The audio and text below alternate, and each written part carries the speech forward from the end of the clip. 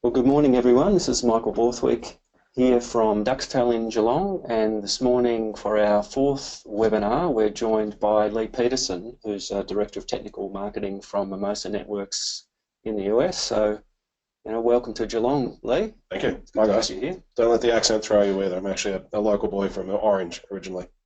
And we've also got Alan Orslick with us, who's in charge of sales here at Duxtel. Good morning and welcome. So, Alan will be able to give us the customer perspective on the Mimosa gear that we're very excited to have in stock. There's been a lot of interest from our customers, and the reason we've got Lee in today is to give more of an insight into the capabilities of the product. One of the things that our customers really like about the Mimosa gear is the online cloud-based tools, so Lee will be focusing on those, talking about the licensed Spectrum products and the class licensed products. So I'll hand it over to you now, Lee. And of course, not to mention Milos, who will be joining us from Canberra, who will be going through the licensing costs for the 11 gigahertz products from Mimosa. So over to you, Lee. Good morning. Great. Thanks, guys. Really glad to be here. So we're going to start with just a little bit of an overview of Mimosa as a company. Just my background, I'm an ex-Telstra guy. I've been over in the US now for 9 years. I've been working with these Mimosa guys for about 4. So what Mimosa is all about, the company started around 5 years ago and really looking at the fact that technology in terms of the capabilities of wireless had evolved to the point where it actually can legitimately compete with fiber today.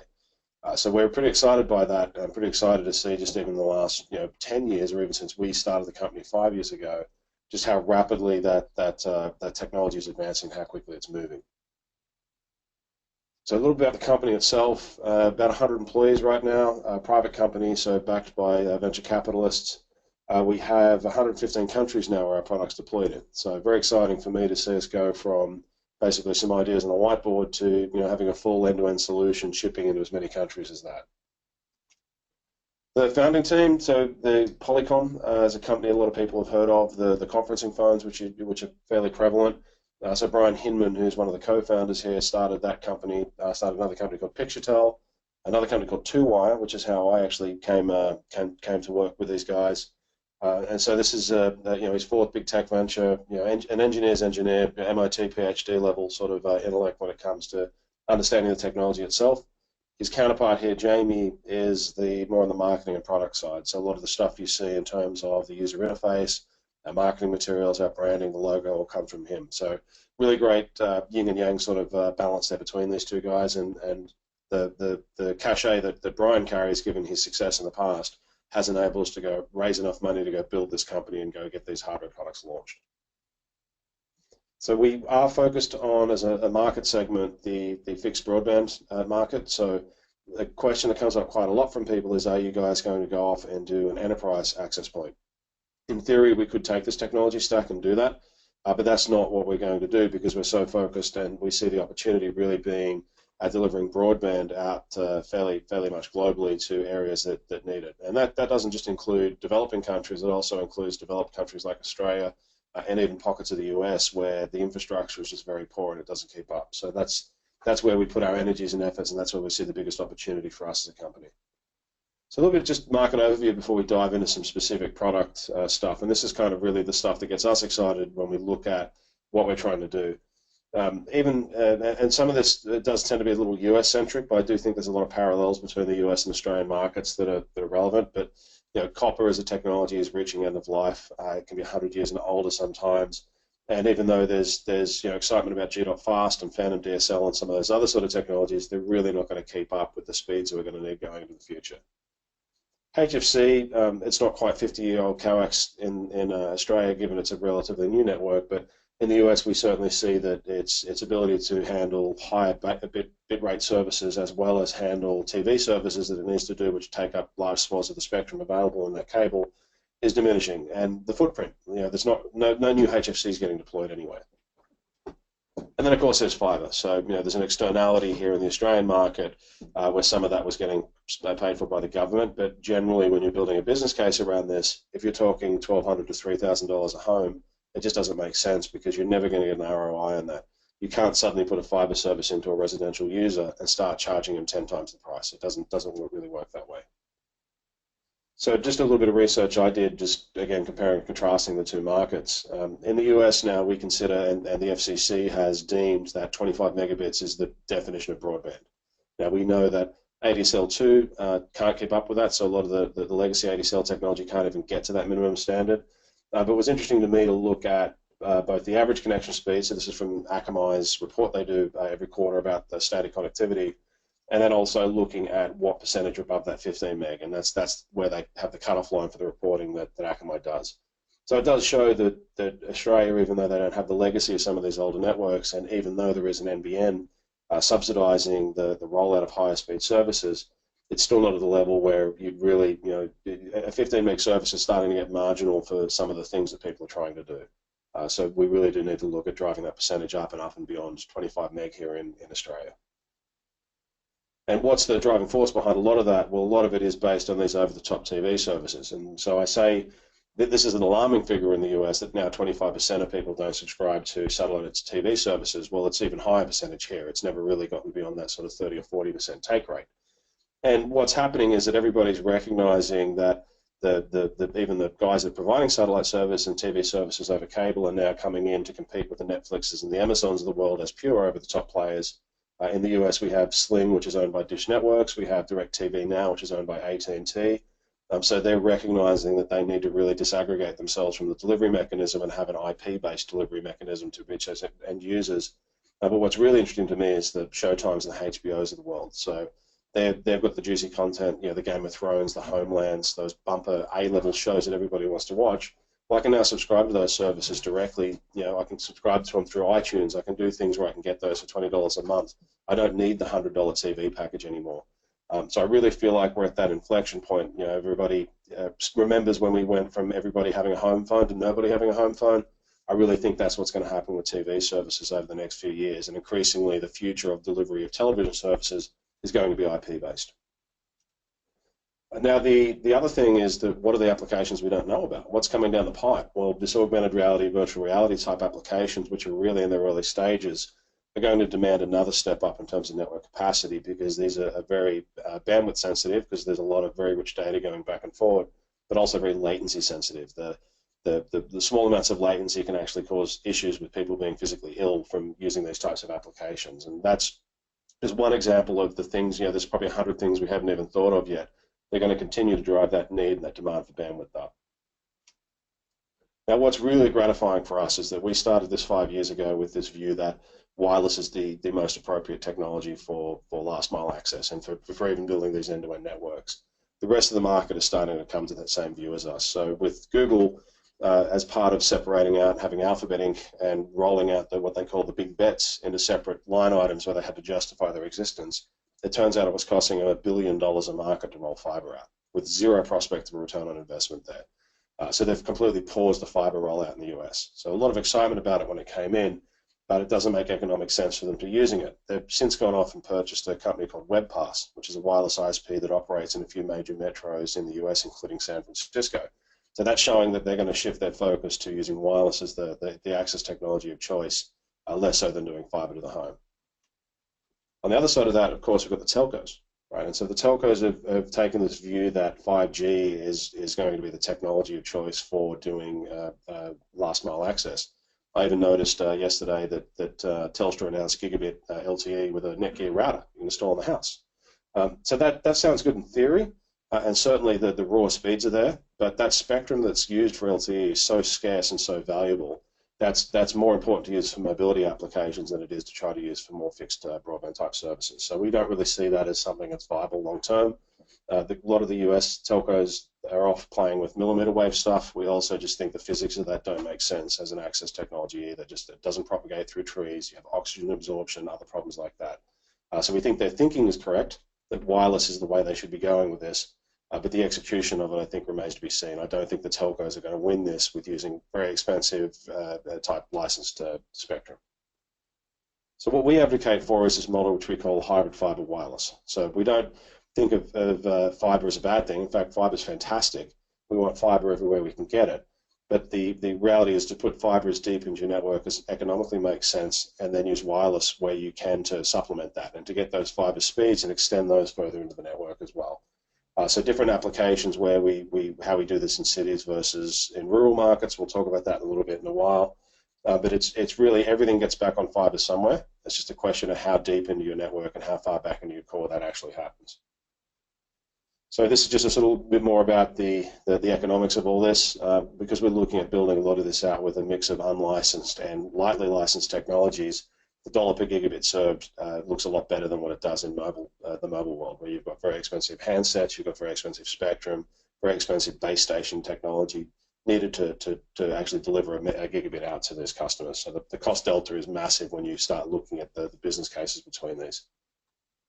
And the other piece is just what does it cost into an individual home to try and provide that service. So we have a very low cost CPE, a $99 US dollar piece of kit, and that's the price here is different obviously because of the GST and import costs. But the idea is to make that cost effective to get a much better return on investment versus rolling out a $2,000 or $3,000 fiber service. We're talking about being a return on investment in months versus the fiber guys which have to do it over multiple years. And then when we sort of look at how we think about the market, when we focus, most of the wireless providers out there do spend a lot of time in the rural market. The rural market is very important to us. We want to have technologies that work out there and replace some of the legacy kit that's getting used there. But really where we see the opportunities for growth is going to be in these suburban and urban areas. In the US, 80% of households are in cities, and that's not about whether the person identifies as being rural. If you ask somebody in Geelong, they might say they're rural. It's more about the density of the housing there as well. So, and that figure, from what I could tell from research, applies equally in Australia, where most people are in these lightly dense suburban or urban areas. And today, previously, there was no technology that was able to offer wireless services in those areas, and that's really what we're focused on building. Is the potential in terms of the population density there means that the revenue from rolling networks out there is going to be much greater. So if we think about that a little further in terms of where we focus as a company, the rural applications, which is the more traditional radio with a sector antenna up on a tower, that is important to us. Like I said, we're not focusing on that. What we're doing though is supplementing that with a different model, which is what we call the micro-pop model. That's the idea of getting down into the neighborhoods, deploying access points as close to the customers as possible, and being able to offer multiple hundreds of megabits to those customers in a much denser environment that typically we haven't been able to do today. MDU markets, we're seeing a lot of explosion there, where we're having people in really dense areas just doing in-building connectivity. So in that case, using structured wiring in the buildings to distribute internet to businesses and residences, we're building wireless rings, where typically you would have built fiber rings in the past, using a mix of unlicensed and licensed technology to build wireless rings to supplement fiber rings around cities. And then looking at public-private applications. So we do have in the US, and I'm certain it's the same here, whole pockets that are underserved from a connectivity perspective, and just the connectivity gap, as we call it, the ability to provide higher speed services cost effectively does help drive better outcomes in terms of education, access to health, access to more sort of services you would get in city areas by being able to do that remotely over wireless connections. And we are seeing the municipalities in the US being interested in investing taxpayer dollars to make that happen. Okay, so just now we're going to dive into some more specifics around our solution itself. And the components that really make up what we do, we talk about MIMO a lot, so multiple input, multiple output as an antenna technology.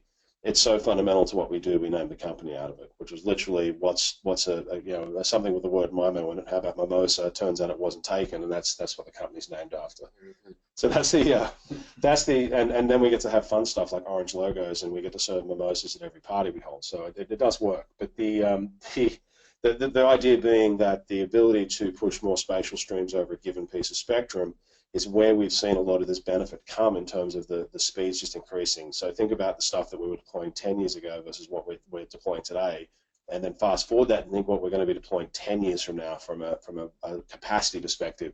MIMO was the driving force behind a lot of that. The next thing we do is looking at TDMA. So TDMA, time division multiple access, it's about being very efficient as we go from PHY to MAC layer. So because we don't have our radios just running like a standard Wi-Fi radio, they are either transmitting or receiving, and we're very coordinated with that. That does drive a level of spectral efficiency in terms of getting the maximum amount of throughput out of a given piece of spectrum as we go from that PHY rate down to that MAC rate. we're at about 80 to 85% efficient with that, which is really good for products in this space. On top of that, and sort of a companion to that, is the idea of doing GPS sync. So with GPS sync, we are able to also take that TDMA and coordinate among multiple radios, and so that drives that efficiency level even higher. We're now able to, at a backhaul site, for example, take one channel and reuse that channel 4 times. So we can be in a situation where if an individual radio is doing 1.5 gig of aggregate in two 80 megahertz channels, I can install 3 other radios and be doing 6 gigabit per second of aggregate IP throughput at the single location using 2 80 megahertz channels. So that's really important too.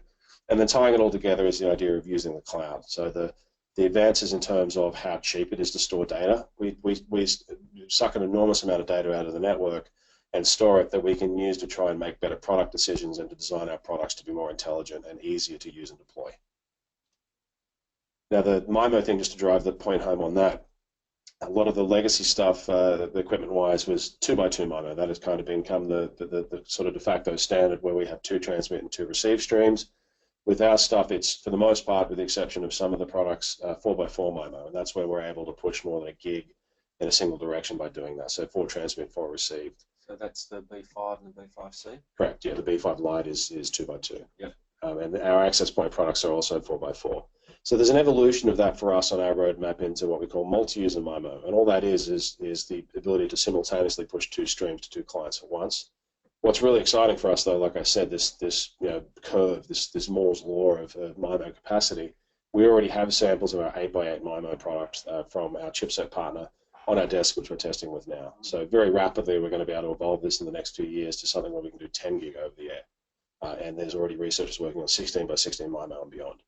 So the way we're set up as a company is that typically when you decide to go build a company like this, you've either got to build your own chip or you're going to go buy a chip.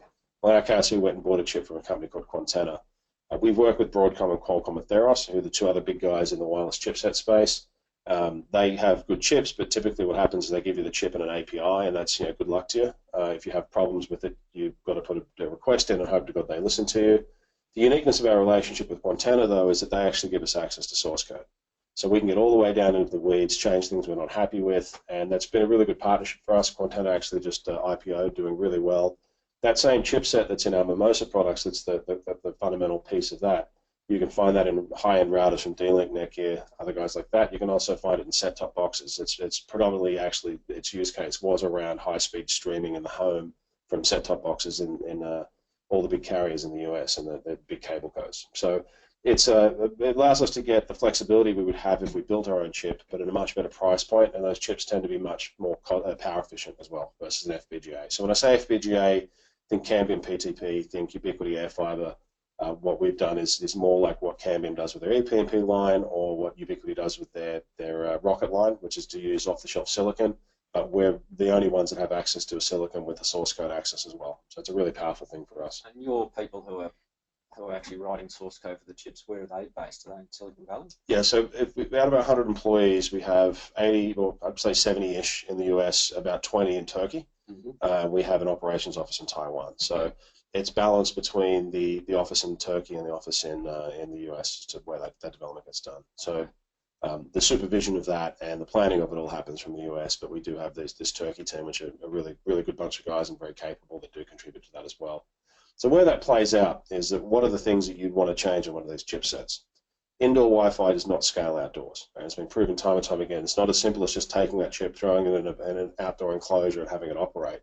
And that's where all our effort goes, that layer 1 and layer 2. The ability to come in and do a completely custom MAC layer, the ability to come in and do a custom DFS implementation for detecting radar in 5 gigahertz, things like that, which are not big problems you have to face indoors. That's where most of our effort goes in terms of having to be very intelligent about how we do these things like TDMA, GPS sync, DFS, and other things like that. Okay, so let's do a bit of a deep dive on product, and I will do a demo of some of the cloud and some of the other tools as we go through this.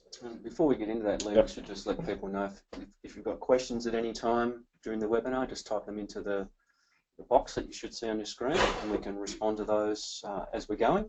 Yep. All right, awesome. Yep. Okay, so the backhaul products were the first products we launched. We have a trade show we participate in the US every year called Whisperpalooza. It's a show they hold in Vegas. Predominantly the wireless ISP community participate in that. 2 years ago, they did what they call a backhaul bake-off. They basically threw all the products on the table, test them out, see what performs the best. And we did really well on that. There were some we expected to win. The ones we're really proud of, though, are the ones like getting the award for customer support, so recognition. We do put a lot of effort into having smart people to help you out with this stuff. So, a team of RF engineers, network engineers, they're available to help our channel partners like Duxtel and to ultimately make sure you guys are happy with how the product runs. And then winning Manufacturer of the Year. I mean, there's a feather in our cap for such a young company to be seen as being a leading light and doing things that are helping the industry come along. Last year's Whisperpalooza, they didn't do a backhaul bake-off, unfortunately, but we actually won Product of the Year with our Mimosa V11. So it's just a really good endorsement from that community. They like what they're doing. They want us to keep doing more of it. So now just getting into the meat and the specifics of each of the products we have in our portfolio. So the B5. The B5 is an integrated product, so it has an integrated 25 dBi dish. Very lightweight, so if you look at that, it's not. Don't assume that it's all made of metal. There is a fair amount of polymer used in that to make it something that's very lightweight and portable. So less than 5 kilos with a mounting bracket. So one-man install job. And very low power. So we're very proud of the fact that with this product we can push a 1.5 gig of aggregate IP throughput, but doing that at a power footprint that's 12 watts, basically typical once the radio is up and running. So if you're doing solar installations or things where you have to consider battery burn off for backup sites, this is a great solution for that. IP67, so we want to build this hardware to last. An IP67 product is immersed in 30 meters, that's in 1 meter of water for 30 minutes, and that's how they verify that it's completely sealed. So built to last in a very harsh and wide range of conditions. So we've sent it all the way from Death Valley to parts up in Europe where the things get completely encased in ice. So you don't have to worry about the hardware not being built to last. Yeah, you've got some amazing photos on your website of icicles coming off the bottom of the radome. Yep. No, there's and we've also got some great photos of where we had a fire near one of our central sites, and the radios actually got hot enough to get discolored, but they still continue to operate. So that's a good sign. We've built a product that's very rugged. We've also built in some ESD protection within this as well. So we have the ability to have ESD events. So I'm not talking direct lightning strikes. A direct lightning strike will destroy anything, but we've seen cases where our customers have had an ESD event nearby. Maybe the tower got hit, or a nearby tree, it blew up everything else in the tower except our products. So we have engineered these things to last. Now, the variant of that is our connectorized product, the B5C. And the fundamental difference between these two platforms is that rather than being an integrated dish, it is a connectorized dish. So do you want to talk, Marcus, quickly about what's the range of dishes you have available to pair with this product? Well, I mean, some of our customers have been teaming them up with the Microtik. The Microtik, the M-ANT30PA, incorporating that also with the sleeve for that couple additional dBi. And I guess the suppression of interference from the side lobes. So that's been the most popular solution at present with the B5C. Because you've just got a standard end connector there, so correct. People have a lot of different options. Yeah, so any dual polarization dish we can work with. We see a range of things, it fit any price point, any budget really. But just work with the Duxtel guys to make sure you get the right jumpers for that, because we are Type N. A lot of the dishes out there are RPSMA, so you've just got to make sure you've got a Type N RPSMA jumper to do that. Yep. But all the same protection, same software, same everything in terms of the heart of the machine here that we've got. So I talk about both these platforms, the 1.5 gig of aggregate IP throughput and sub 2 milliseconds of latency. So when we do the demo, I'll show you guys a little bit of what that actually looks like and how that plays out. Now the B5 Lite is our sort of more cost-oriented short-range solution. That hardware is actually also the same hardware we use as our client device. So it is used as a link. We sell it as a link kit where you have 2 radios, PoEs, and J-arms to get those installed. Now that is a 2x2 MIMO solution versus the 4x4 we have in the B5 and B5C. And as a result, the throughput of this is a maximum of 750 megabit per second aggregate, because we've halved the amount of spatial streams that are available for this radio to use. Now the B11. B11 is a slightly different solution for us in some ways because it's just the very different mounting solution. So it's actually a slip fit. So it slips onto the back of a Giros dish, which the guys here at Duxtel sell. There are adapter kits available for radio waves and a few other dishes like that as well. It's also the first product we've done with GPS sync in there as well. So that's a useful thing for you maybe not here in the licensing market here, but certainly we've seen customers in the US be able to synchronize multiple radios and license them in such a way where they were sharing the spectrum. And we've got dishes in 3 different sizes from Juris for the V11. Yep. We'll talk about those in a bit more detail later on. Yeah, so do we want to now jump off over to Milos and let him talk about his stuff? Are you there, Milos? Yep, no worries. Yep, all right. So we've got Milos Stankovic from Open Spectrum in Canberra, and he's going to take us through the licensing process, the cost, the channelization for utilising the B11 products in the Australian market. So we'll just change over to Milos's computer up there in Canberra and let him take us away.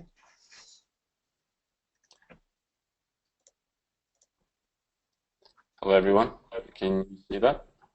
Yep, we can see it. That looks good, Milos. Take it away. Alright, so Open Spectrum is accredited by the ACMA to provide licensing services for radio communication systems. So what that means is that traditionally where people would go to the ACMA to seek licensing, they can go through an accredited person which specialises in that field, and it can generally be quicker and cheaper. So just to go over the licensing structure in Australia, all radios must operate under a license. So the common way of referring to licensed and unlicensed radios in Australia isn't really the case. Licensed services in Australia commonly operate under apparatus license types, and that's like fixed point-to-point links, things like that. Unlicensed services in Australia operate under class licenses. So licensed services,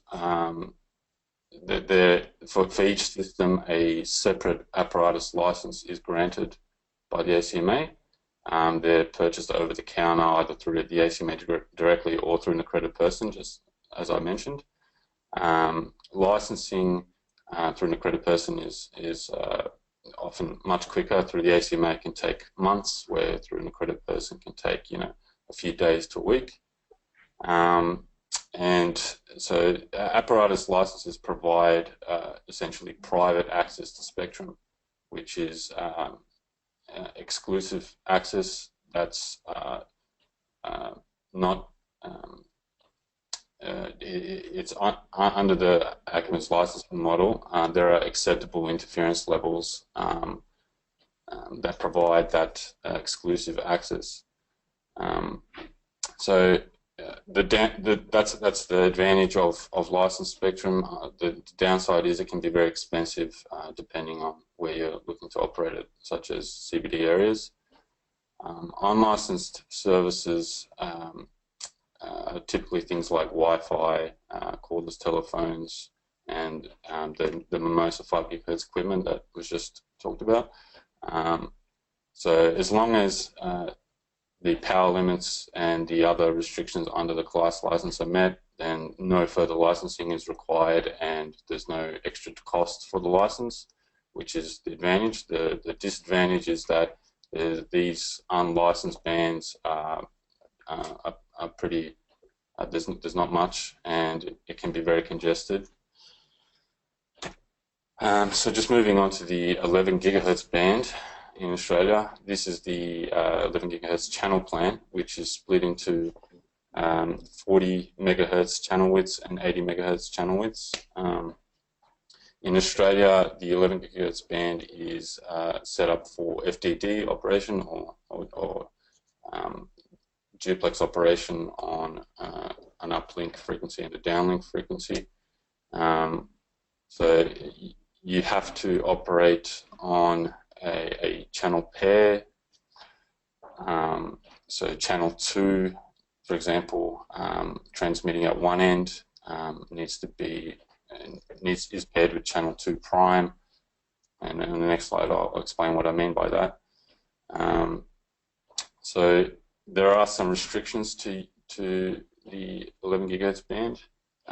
There's a minimum path length of 5 kilometres in Australia, and this is to encourage the band to be used for its purpose, which is more backhaul, high capacity links. They don't want people using the 11 gigahertz band for short paths, a couple of 100 meters between offices. That's more suited for higher bands such as the 18 gigahertz band, which is more appropriate for shorter paths. Other restrictions include antenna performance requirements. In Australia, there's a minimum cross-polar discrimination requirement and a minimum front-to-back requirement. And also there are embargoes in place which prohibit the use of the 11 gigahertz band in certain areas in Australia, and they are all in Western Australia and include the Australian Radio Wide Zone, the Space Communications Facility in Minganoo, and there's another restriction in Geraldton as well. And So, Niels, of course, sorry, all our antennas from Juris meet all those technical requirements. So yes. It's worth knowing that. So according to us, I've just done a check on this on the specs, and everything appears to meet Australian requirements. So this is just an example of an 80 megahertz link and how it would fit in with the 11 gigahertz band. Operation on channel 2 would be transmitting on channel 2 low half. That's 10.835 gig. Transmitting on side A. It needs to be paired with 2 prime in the upper half. So it'll be receiving on 11.325 gigahertz. And at the other end, at side B, it would be doing the opposite, transmitting on 2 prime and receiving on channel 2. And so the Mimosa B11 equipment, which is designed for TDMA operation, can fit in with the 11 gigahertz band in Australia by operating in TDMA FD mode, which will allow you to transmit on one frequency and receive on another. The downside is that there is some unused capacity there because it's not possible to transmit and receive at the same time. So effectively, the use of the same bandwidth is halved. So Lee, in the US, if you deployed this equipment, you'd be able to run TDMA without that FD. Yeah, we basically take the high and low pair and license them in both directions. The licensing structure is set up such to allow that. Yep. The way I refer to it is that in ETSI markets, that's typically not the case. And I think that the regulations in Australia tend to follow more the ETSI requirements than the way that it's been done in the US and the FCC. Yep. Okay. Yeah. So according to the data provided by Mimosa, for one 40 meg channel, I think 256 QAM is the highest modulation rate possible for the equipment. You can get up to possible 400 megabits per second physical data rate, and for an 80 megahertz channel, you can get up to 866 megabits per second. So just a quick overview of the licensing process for an apparatus license. So if you go through an accredited person such as Open Spectrum, you provide the technical details to Open Spectrum. We'll run an interference analysis to find a channel that won't interfere with other services, and within the protection, Australia's protection model won't be subjected to unacceptable interference from other services. So that's typically. Sorry, are channels generally available? Do you often have a situation where you can't offer anybody a frequency? Most of the time, yes, available. If there's a site, a very busy hub site, then it can get pretty hard to get a channel. And would that typically be in a city? No, typically they're high mountain sites. Okay. That everyone uses to get access into a city. So like a mountain top that's close by a city is typically more congested than something in the city. Yeah. So it's more about how many users are at the particular site rather than how many users are within an area. because it's about being able to reuse the same frequencies in different directions at the same site, rather than the interference levels between different services. Because of the directional nature of point-to-point links, you can reuse the same spectrum quite well. So if we can identify a channel, we'll provide the proposed licensing details to the applicant, and with their approval, we'll lodge the application electronically to the ACMA, and that application will be normally processed within 1 to 2 days. Once it gets processed, an invoice will be sent to the applicant by the ACMA to pay for the license tax and the charges, and once payment is made, the license will be granted. Great. So it's quite a quick process, and that this is through an accredited person such as Open Spectrum. If you go through the ACMA, this process can take a couple of months. It just depends on how busy they are. The ACMA is encouraging people to go through accredited persons for this reason. The license tax depends on the fee density area. So as you can see, city areas are normally high density areas, except for, say, Perth and Adelaide. And then low density areas surround that, and then you have remote density, which is basically everything else in Australia. So because of the 2 vertical and horizontal streams that the Mimosa V11 uses to maximize capacity, a separate apparatus license will be required for both vertical and horizontal streams. And the cost per license is broken down to 3 things. The ACMA license tax, which is an annual tax and charged per year if you want to renew your license. There's an ACMA issue charge of $198. That's once off just for getting your initial license, and the assignment fee or coordination fee for identifying a channel is $600 if you go through Open Spectrum. So the license tax, as you can see, starts off at a quite reasonable rate, $104 for a 40 meg channel in remote areas, and as you go to high density areas, it gets quite expensive. For an 80 meg channel, almost $25,000 per year. So twice that will give you these totals: one for vertical, one for horizontal polarization. So remote density areas for an 80 meg channel, a couple of grand a year. This is a total including the assignment fee and the issue charge. So this is the fees for the first license. And in a high density area, around $50,000 a year. So in subsequent years, to renew the license, it'll just be the license tax again and a small renewal charge of $4. Yeah. An easy way to calculate the total fees is to use our fee calculator, and that's the link there. If someone wants to contact us after this webinar, I'm happy to send you these slides and show you how to use a fee calculator. But basically, an example is a fixed point-to-point license type, 80 meg channel width, and you just need to make sure you put in quantity 2 to cater for both the vertical and horizontal streams.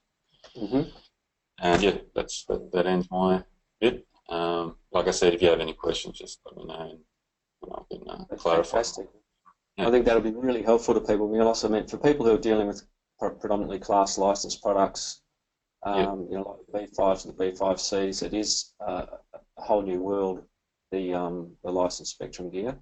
So I think this has been really good in terms of an overview, and I'm sure people will be in touch with you for their licensing requirements. And we'll jump back to Lee now, and we'll talk probably about some of the other products in the lineup. Well, actually, what we're going to do is show demo some of the cloud stuff. So just to answer two questions that came up while we've been going through this, whilst Mike takes control back here. Someone was asking though, a clarification of whether the 866 megabit per second PHY mode is available in Australia. Yes, it is. We actually tend to more talk about IP throughput rather than PHY. So that's the 750 megabit per second of IP throughput in aggregate. What that means in a TDMA model is that I get to decide, do I want to do that 50-50 or do I want to maybe do that 75-25 because I'm typically going to be pushing more capacity in a downstream direction. That's the beauty of TDMA. The other question, the things I'm going to show you guys now, which is our cloud, this is not like Meraki where if the cloud goes down, you're hosed. This cloud is fairly passive. There's a bunch of features that we have in this cloud that we hope people like and want to use. But if they don't want to use the cloud, they don't have to use the cloud. It's not mandatory. We're not trying to force any sort of proprietary lock into this. Our radios support SNMP, so you can continue to monitor it with the existing stuff you do. We have REST APIs on the radios. So we have the ability for you guys to choose to support and integrate this in your network however you want. We think the cloud is a useful feature for that, but it's not mandatory by any stretch. Okay, so what I'm going to do is jump off into we'll start with a design tool. So if you go to mimosa.co, we have a range of free tools that are available there to help you with planning out your network. One of them is our design tool. So it is where I can theoretically design out and see what a radio will do. This is on Google Maps, and we also use the Google Maps API. So what I can do here is I can search for an address. There you go. This is where we're sitting right now, Station Street in Norlane. Or Norland, how do I say it? Norlane. Norlane, okay. I get confused sometimes. It looks nice, doesn't it, from the air? Looks beautiful from there. Yeah. I had so what we want to do is we've got one point here which we've dropped on the map. We want to drop a second point, and we're going to just drag this out and create a point-to-point link. So let's zoom out a little bit. Let's create one of a few miles. Now this tool is it can be put in metric. I should have done that before I started this because it's showing everything in feet at the moment, so apologies for that. But it can be done in metric as well. So we have the ability to search for an address like I did there. We have the ability to enter GPS coordinates, so I can find locations where I'm trying to build, by a variety of different methods. So what this is telling me, and let's go a little further. Let's get a longer link in. So we're shooting from the lane here out to Lara.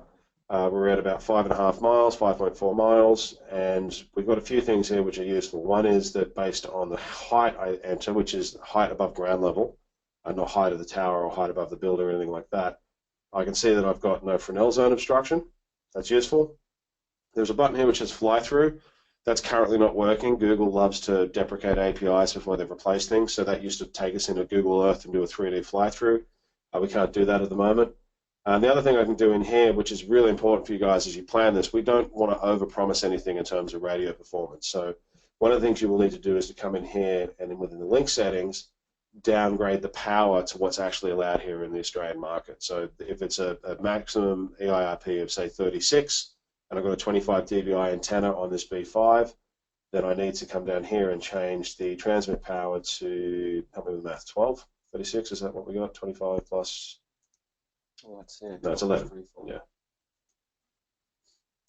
Assuming it's 36, and that will be reflected in the section here on the left. The primary things we're looking at is our signal-to-noise ratio.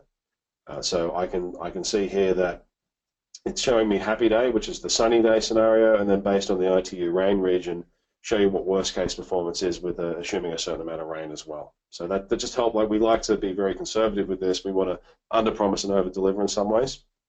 The other thing you can look at within this is changing out to a B5C or a B5 Lite. So basically all our products are in here and are able to be modeled as well as just generic radios as well. So useful starting point. Doesn't alleviate the need to go out and do a site survey because there could be an obstruction here which is not showing up in our Fresnel view here, our topographical view, but it's a good starting point. What's the source of this terrain data? The terrain data comes from SRTM, which is the shuttle mission where they flew it around and did all the scanning of the Earth. Mm-hmm. That hasn't been done since 2000, though. Right. We don't have a shuttle program anymore. No. So it's not perfect, but it's a really good rough and ready sort of like roughly is there a giant mountain between me and that site I'm trying to get to? Yeah. But like I said, it's one step prior to going and doing my site survey just to sort of get a rough idea of whether it'll work. I've also noticed that, sorry to interrupt, but the fly-throughs works under Firefox. I think it's even that stopped them now. Stopped, Yeah, okay. they keep changing it. It was ironically it stopped working in Chrome of all ones. You think a Google product would work with Chrome? How to working in Firefox? That's changed recently. We're looking for an alternative to do that because we think it's useful. Come through and model buildings and things like that. That's right. Sharpen Absolutely. Yeah, so Alan has a link from our office here to his home. I don't remember you showing me that fly-through. It's quite effective. That's right. No, I didn't. But I did canvas it through Firefox, but obviously that's obviously changed. So. Okay, so the next thing I'm going to show you guys is the management tool. So the design tool is all theoretical. The management tool is actual reality of what's going on. And so this is our radios talking to the cloud, and this is basically we run our own WISP in the Bay Area. So our office is down here in Santa Clara, and when we moved into that office, we asked AT&T for a fiber connection. They wanted $5,000 to install it and $2,000 a month to run it. We said, well, forget that. Let's eat our own dog food here. We actually shoot from the top of our building up to this big hill up here, which is the one that caught on fire, and then we shoot down to a data center here. So we pay $1,000 a month for a gig in the data center, and for the one-off cost of installing a few radios to make this work, our whole business is now wireless fed. What's the length of that link? With the longer one, so pretty short. I think the what do we got? So that would be the one. So it's a B11 on our roof that's doing that. Okay. I should show the link length here somewhere. It's a nice consistent throughput, isn't it? Yeah, and that's the idea. So one of the things that the advantages of using our cloud, you can get all these statistics from the radio, but the beauty, so that's altitude. Oh, there's the link length. So it's 27.5 kilometers with the B11 link. Yep. So one of the beauties of the cloud is that you just got a longer time horizon, right? So unlike the radio, which will show me what's happened for the last 60 seconds, I can jump here and look at what's happened for the last month, the last 6 months. We keep that data over a longer period of time. So yeah, you can see it's been very consistent in terms of 1,500 megabits a second the whole time. Yeah, I can look at signal to noise, how that changes in the noise environment. I can look at throughput. I can look at MCS and streams. All those things I want to sort of look at to check the health of a radio.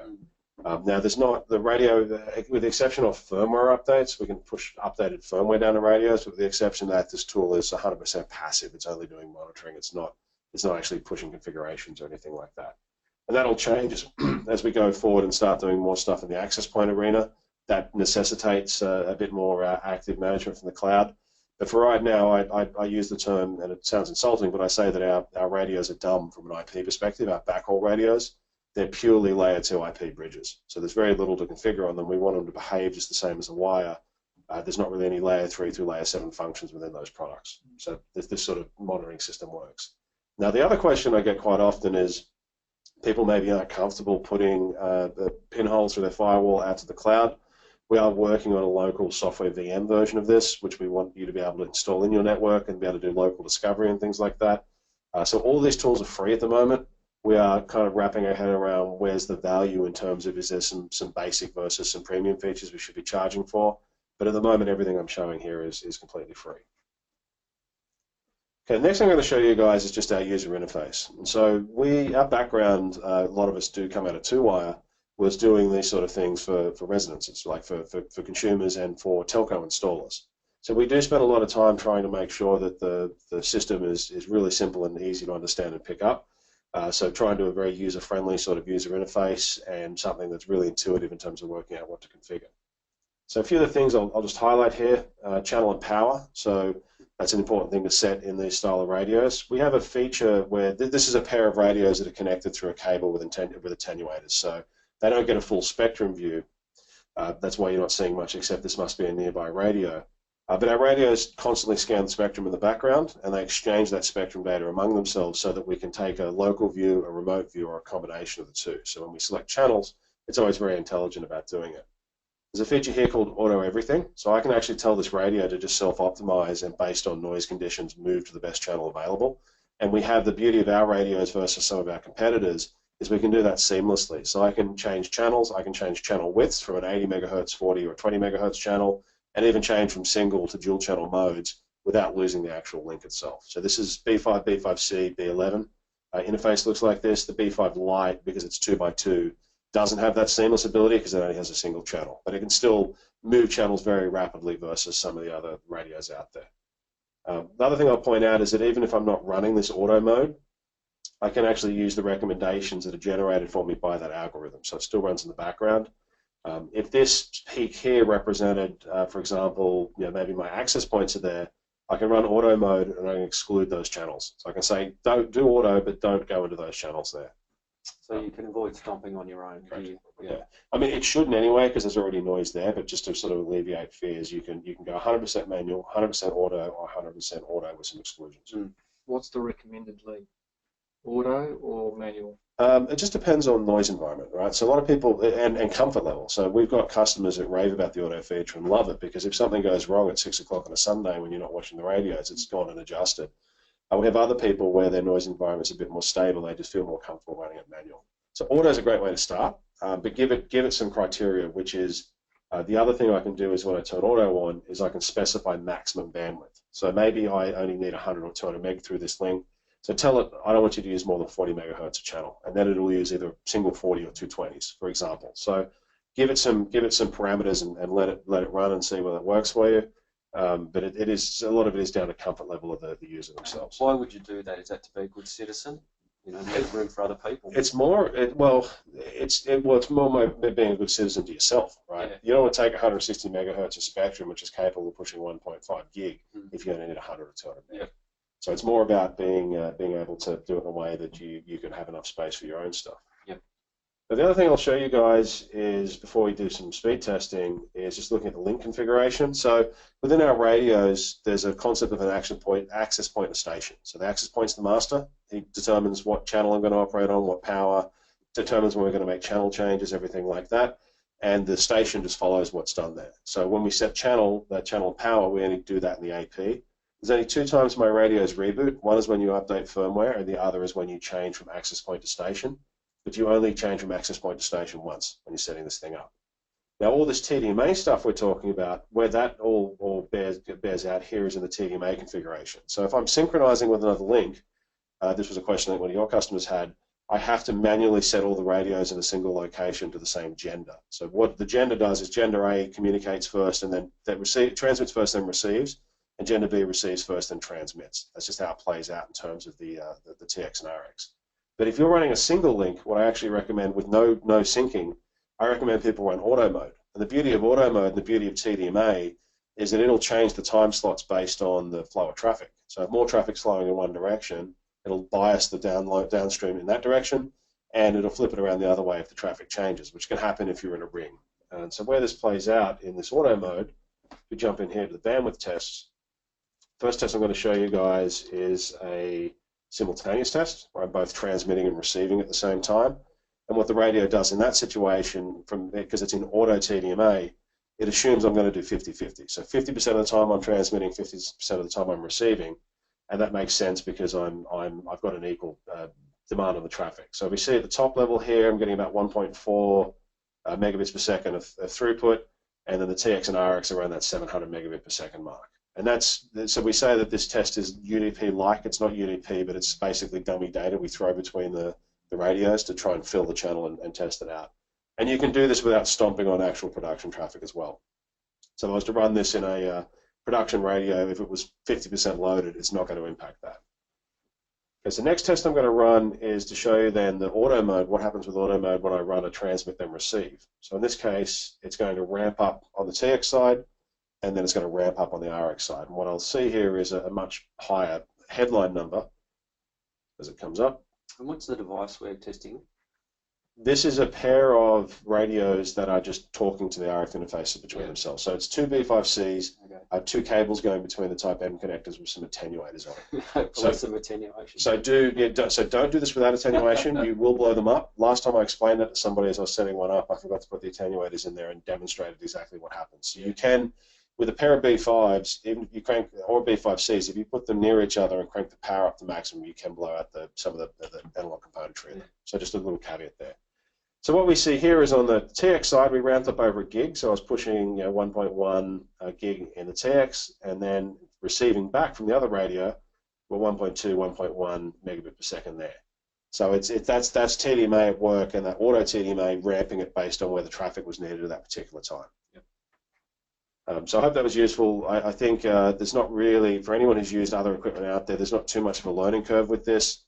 We have online help. The guys here at Duxtel are here to help you, and we have a support team here to help you as well get over any sort of differences between maybe the equipment you're used to get up and running and get these radios working well. So back to the slides. What the last one I'm going to cover, because we're almost out of time here, and we can hand it over to some questions, is which product should I use where.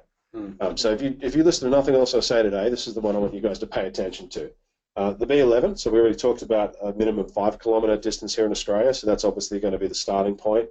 And it's a question of throughput. And this is, as we mentioned, you don't get the full 1.5 with the B11, it's more like 750 megs. So you've got to consider the throughput, licensing region, all the other things that come with that. But the beauty of licensed spectrum is that it's yours, right? It's dedicated to you. You're not going to have the same interference events you have in an unlicensed space. At the lower end of this chart is the B5 Lite. And this is generous because this is assuming higher power limits, higher EIRP limits, and that's really what drives a lot of the distance calculations. I wouldn't be trying to do B5 Lite out beyond a few kilometres in Australia, just given that we are very strict on following the laws about wireless power outputs in countries that are very strict about enforcing it. And what I mean by that is US, Canada, EU, Australia, New Zealand, we follow the letter of the law religiously. If you are taking these products out to Papua New Guinea, well, we'll let you actually operate them at any power limit you want because it's a little bit more Wild West out there. So think about that. If you're planning any stuff internationally, you do get a little bit more flexibility in some of the international markets. But here it's going to be very strict. And we use the GPS to enforce that, so it's not something that's easy to cheat. But the beauty of that, the few beauties of that, one is that we have a global SKU, so it's the same product we ship everywhere in the world. There's no such thing as a US version and a worldwide version, an Australian, New Zealand version. The other thing is the way our process works. Everybody saw all those radios on my map in the cloud. We have what's called the unlock process as part of that. And what we're doing through that is we're adopting that radio into your network, and we're also starting the clock on warranty. So imagine you buy a product off Duxtel today and you sit it on your shelf for 9 months, and then in 9 months' time you unlock it. We'll start that warranty clock for 12 months from that date you unlock. So we think that's a really fair way to make sure you guys get the maximum warranty coverage period that you want, that you should get. It's not about data manufacture or data purchase, and because we have a record of that, you don't even need to go dig up your invoice. We can look it up based on serial number and go, oh, we can see you activated that 3 months ago, you're still in a warranty period. So something to consider there. Now, so the next sort of step up then is that, okay, if I'm looking between B5 and B5C, B5 people really like, integrated radios, nice and easy, nice and light, great to install and get up and running. But there's kind of that decision point about, well, do I do a B5 or do a B5C? I say to people, if they're on the fence, I always go the B5C. And the reason I say that is that the flexibility you get from having larger dishes, the increased gain is going to get you more performance than what you're going to get out of the B5. And so B5 in this country, I'd say sub 10 kilometres, I'd say maybe even closer to maybe 6 or 7 kilometres. You should be thinking about not going much further than that. At that level, you then want to get the B5C and get a bit more gain from those micro tick dishes or what are the other type N dishes you've got available there. What's the B5's integrated antenna gain? 25. 25, yeah. Okay. So typically, you're looking at least 29 to 32 to 34. And when I think about the common dishes people are using with this thing out there. Yep. Now, if power wasn't a concern, we've connected one of these to a 34 dBi dish, and running illegally in terms of the power limits, we were able to go 100 kilometres. Yep. So you can go very far if you've got the power, but you're not going to have that power in this market. So work with the design tool, work with the guys at Duxtel here to plan it out, because imagine I want to go 70 kilometres, maybe it makes sense to do a relay hop somewhere in the middle. And that's actually where TDMA is really useful, GPS sync is really useful, because I can back-to-back those and reuse that same channel potentially as well. Of course, in the class license, we don't have the limitations around running TDMA that we do yes, the licensed spectrum. Correct. Okay, so I think we're kind of, one more slide. EIRP. So do consider this as you do our design tool. Make sure, this is the US limit, so for you guys, Uni 1 and Uni 2 are indoor only, and you've got 36 dBm in Uni 3. So antenna gain plus TX power equals the EIRP. So just remember that as you go through and use the design tool to downgrade what that tool gives you in terms of TX power, so we give you a realistic number, not a number that's made up based on max power transmission. And all your products tune up that far in the band? Yeah, so our products will actually go all the way up to 6.2, Okay. but we don't allow that in Australia, and all the way down to 4.9, which we also don't allow in Australia because it's not available. Getting the licensed spectrum there. Well, we don't have this. This product's not certified as a lower 6 radio, so we won't do that because it's not really fit for purpose for that market. But again, if you're operating outside of Australia, if you're in the Cook Islands or you're somewhere where the regulatory is not the same, so my customers in Indonesia love the B5 Lite because it's a cheap radio that can run in 4.9. There's nothing else in 4.9. You look at their spectrum scans for 5150 to 5850, and it's just a mess. So something to consider as you look at other markets as well. So what I think we'll do is let's look and see if we've got any questions. We didn't touch on any of the access point stuff, which is fine. Why don't we schedule another one of these in a few weeks' time, and we can do a deep dive on the access points as well to do it justice. So that's all the A series? Yep, the A series. So we do have, if you guys want to dive into our website, we do have an access point and a client solution as well. But what I'd like to do is maybe a week or 2 weeks get back with you guys and we'll do that justice and spend an hour on that as well. Because there's a lot of different things to think about in terms of deployment models, business models, things like that I want to spend some time on. Right. Do you want to look and see what questions we've got there? Yeah. Can you just run why the window's so small there? Someone's asking about multiple radios. Anything you want to bring up, Alan? Look, I wanted to sort of just harp on the micropop system, but I guess if we're going to cover that in future, I might just maybe shy away from it. You had some questions from a client about SNMP. SNMP, I think, based on polling, but I might run that one more by support. I guess the other one was GPS sync and its configuration. Was another one. Was it auto set based on those 24-48 satellites, or was it something that had to be manually configured? So there's two parts there. The timing is automatically, the satellites automatically pick the timing up, and it's GPS plus GLONASS. So we've got a lot of satellites to talk to, but the gender is manually set. That page I showed it. Okay. So all my radios at one site, if I'm co-locating, I want those on gender A or gender B. They've all got to be the same. Question about temperatures here. So we've got radios running in Death Valley, right? So it doesn't get hotter than that.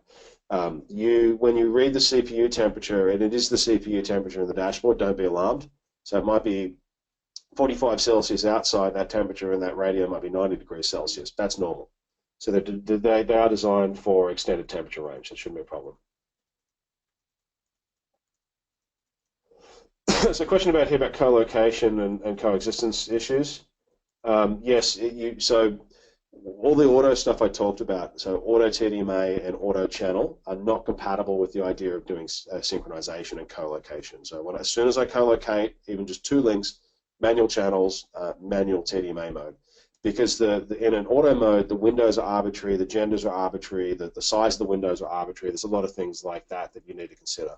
So would that, based on that, Lee, would that apply though if we're co-locating, for argument's sake, with a MikroTik backhauls? Yeah, would that apply? You'll need to do channel planning. If you're co-locating with somebody else's radio, you need to get out on another channel. Okay.